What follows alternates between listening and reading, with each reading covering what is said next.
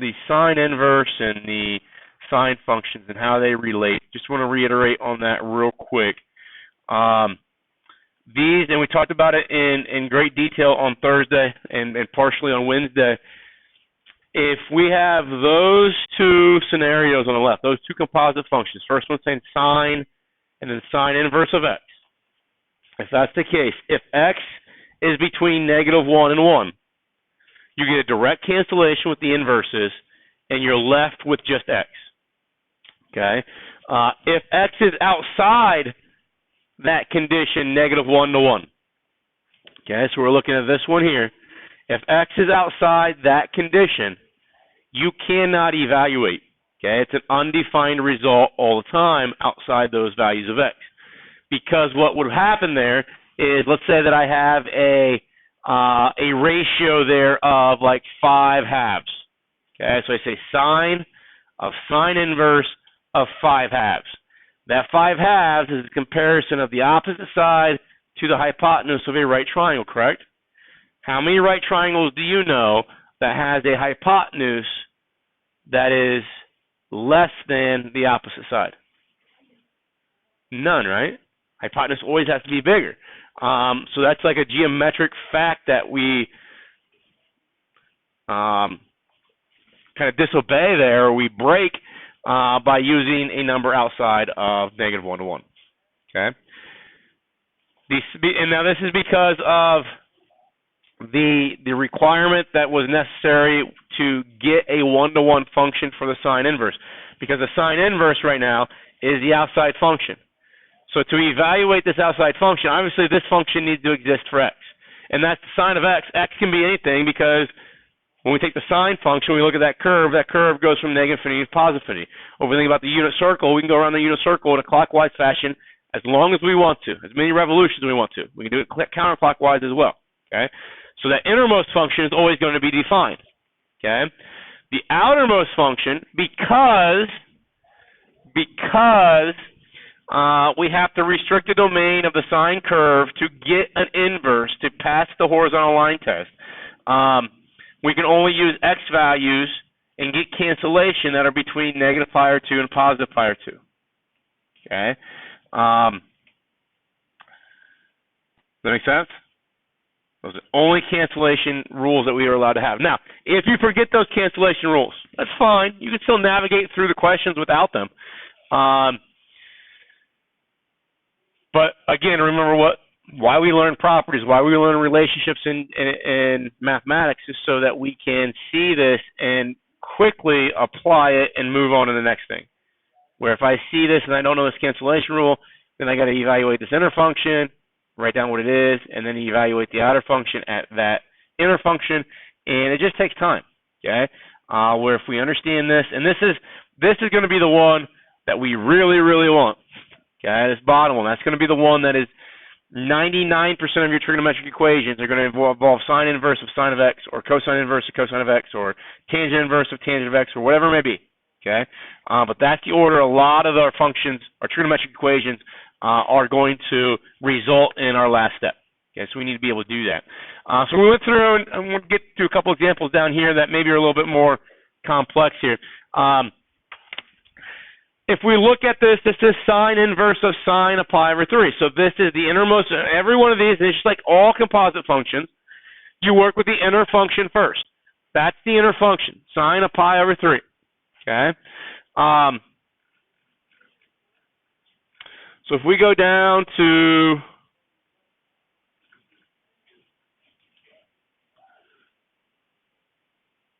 this one here, we try to evaluate sine of π/3. Okay, let's say we didn't know our cancellation rule. If I evaluate sine of π/3, what is the y value at π/3? That's what that's asking.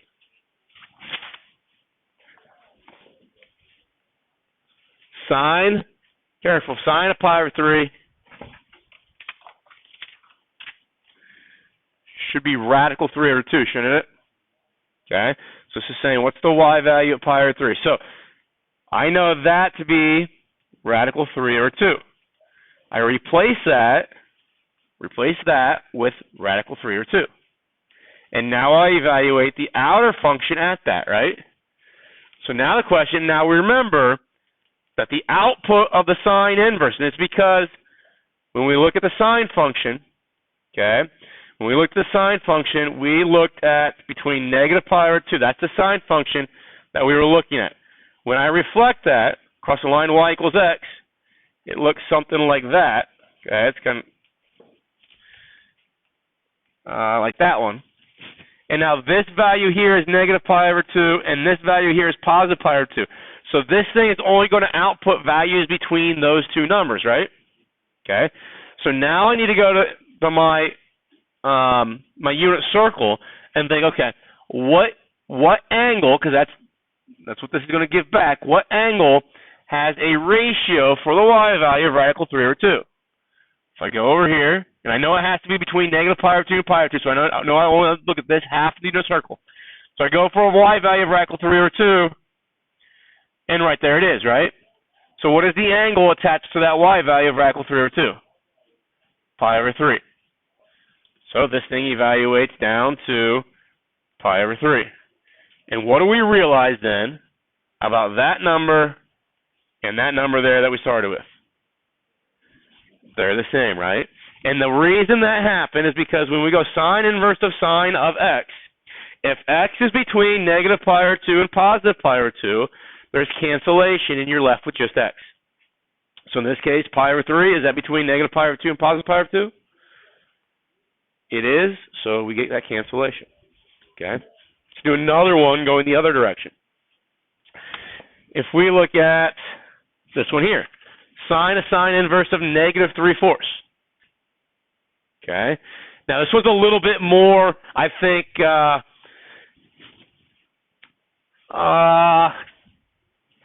abstract maybe is a good word for this when we do this. Remember what this is. That's a ratio, right? And right now it's a ratio that has to fall between negative 1 and 1 to get cancellation. So we'll come back and talk about that in a moment. But if I draw a picture for this, the negative 3 over 4, okay? The 4 is the hypotenuse. The 4 is going to be positive. So this 3 has to be the negative one. Does that make sense? Okay? If I'm working on sine inverse is only defined for what two quadrants? These two, right? That's all I'm allowed to use the sine inverse in because of this right here. Okay, only allowed to go from negative pi over 2 to positive pi over 2. So when I draw the image that is defined here by negative 3 or 4, because the opposite side is negative, it's going to tell me that I have, because that negative 3 is that side right there. Does that make sense? Okay. Now, if you remember, and we could maybe use our calculator here to help out with this, and I'll show you this. I'll demonstrate this here in a moment. But what this really does here is just produces that angle. Does that make sense? Okay. I don't know necessarily what that angle is right now. Okay. But now I can say, well, this turns into sine of theta. This thing changes into theta. Well, now if I look at this, what's the sine of theta?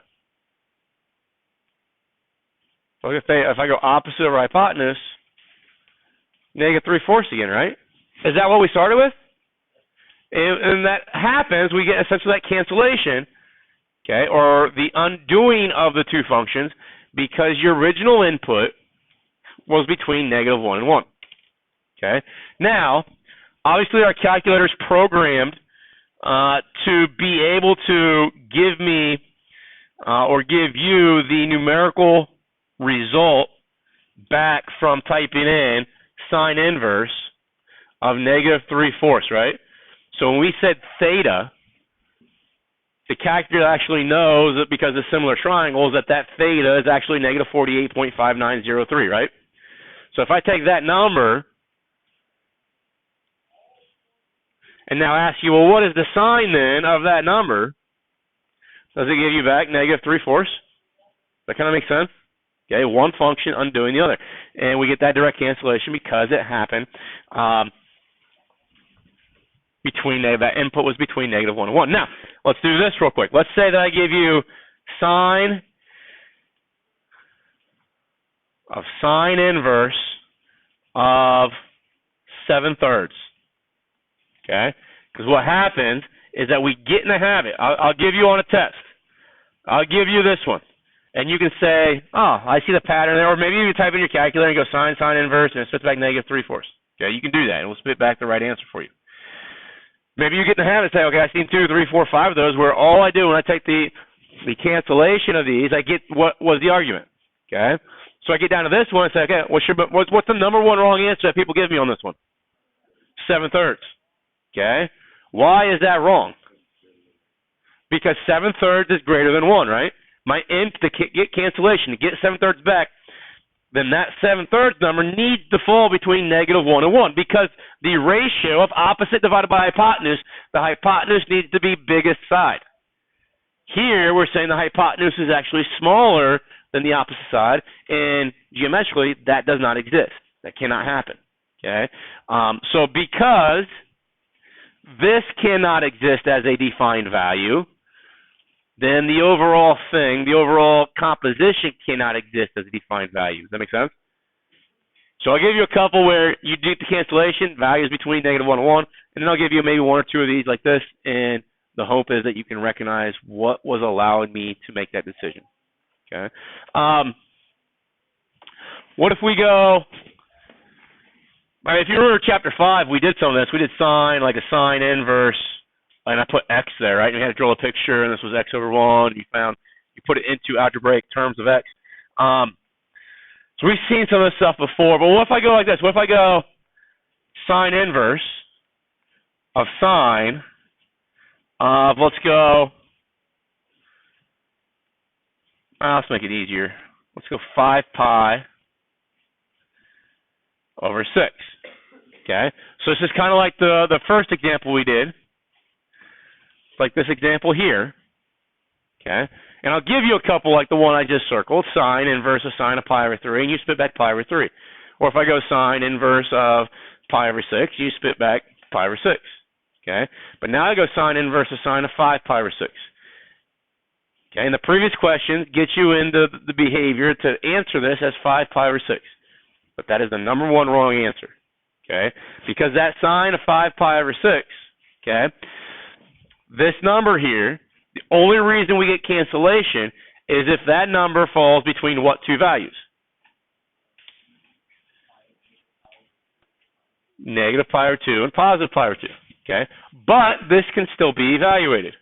Okay? What is the sine of 5 pi over 6?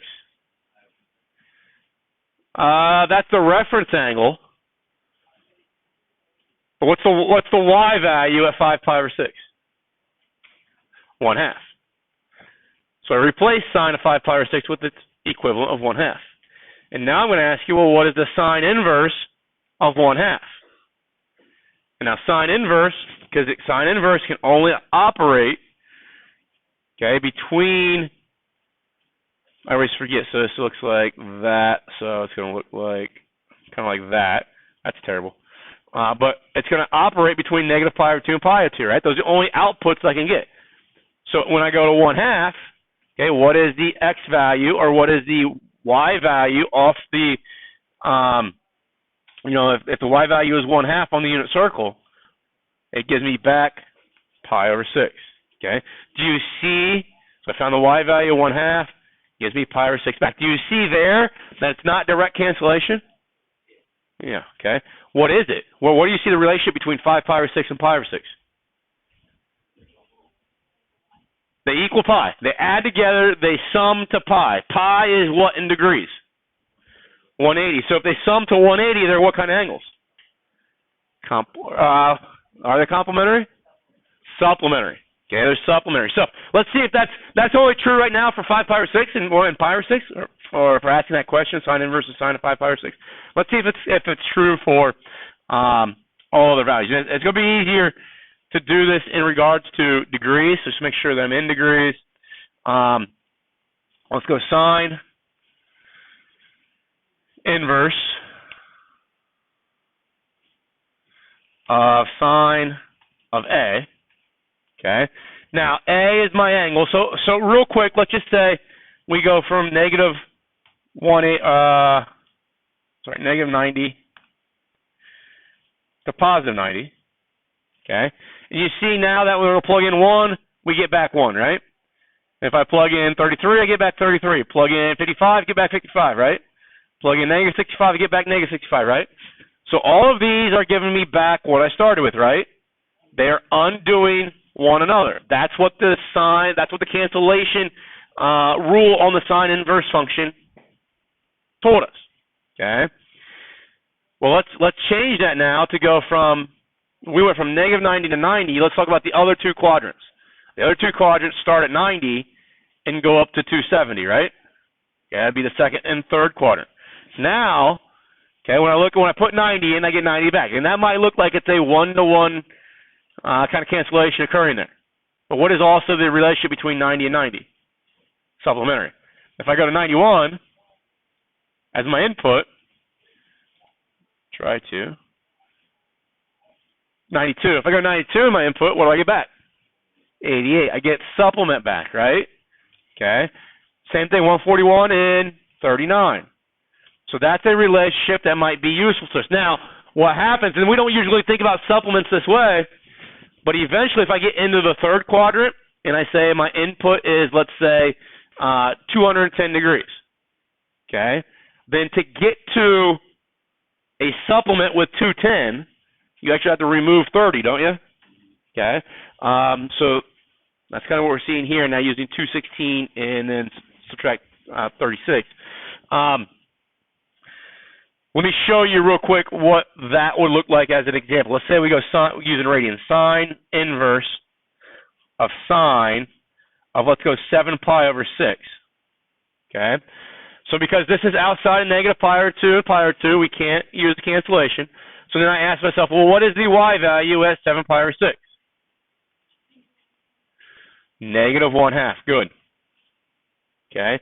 Now I ask myself, okay, what is the sine inverse of negative 1/2? What angle has a y value of negative 1/2? And I go up here and I find negative 1/2 right here as my y value. And what is the angle that attaches to it? 11 pi over 6. And this is where we can maybe get into some errors by using the unit circle directly. When I use the sine inverse, I'm looking at the fourth and first quadrant. That's what I want, and this was the fourth quadrant, right? If I write it as 11 pi over 6, is that between negative pi over 2 and pi over 2? No. So I don't want to rewrite this. I don't want to write this is equivalent to 11 pi over 6. What is another angle that I can use to go to 11 pi over 6, but still be between negative pi over 2 and positive pi over 2? Pi over 6, but it's in the negative direction, right? So I'm going to go negative pi over 6.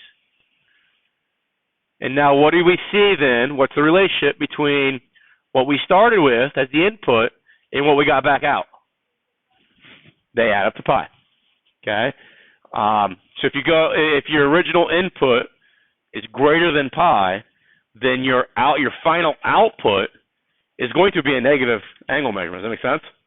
Because you've got to get back to pi when they add together. All right, so cosine is identical with the cancellation stuff, except for the cosine. If you remember on the curve for the cosine, to make the cosine 1-to-1, okay, we had to cut off at 0 to pi. So we took this curve and reflect that curve along the line y equals x, and that will then give me my cosine function, or my cosine inverse function. Does that make sense? So the cosine inverse function, because of this, because we went from 0 to pi on the cosine function, its inverse, its range, is then going to be 0 to pi. Does that make sense? So I only get cancellation with the cosine inverse of cosine of x equals x. I only get that when x is between 0 and pi. Okay? That top one, where we have cancellation of cosine inverse of x, this is identical. That is identical to the sine rule, right? And it's because we're still using the hypotenuse. It's adjacent divided by hypotenuse now. And the only way that can happen, I can actually have a triangle that is a right triangle, is that the hypotenuse is the biggest side, bigger than the adjacent side. Okay? So when we come down here, do an example. What do I get there? What cosine inverse of 2/3? What's that give me back? 2/3. Direct cancellation, right? What about that one? Now this, remember, this has to be between, that has to be between 0 and pi, is it? So if it is between 0 and pi, you get back exactly 2 pi over 3. Okay? Now let's do this real quick. Let's go, if I go cosine inverse of cosine, let's go 7 pi over 6.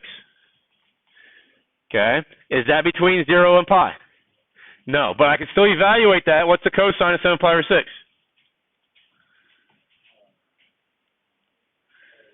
Negative radical 3 over 2, right? So now I'm going to go to my unit circle and find negative radical 3 over 2 on my unit circle. Negative radical 3 over 2 for the x value on my unit circle. 5 pi over 6, right? Okay. So what is the relationship between 7 pi over 6 and 5 pi over 6? They add to 2 pi. So that could be a relationship that you can use then with the cosine.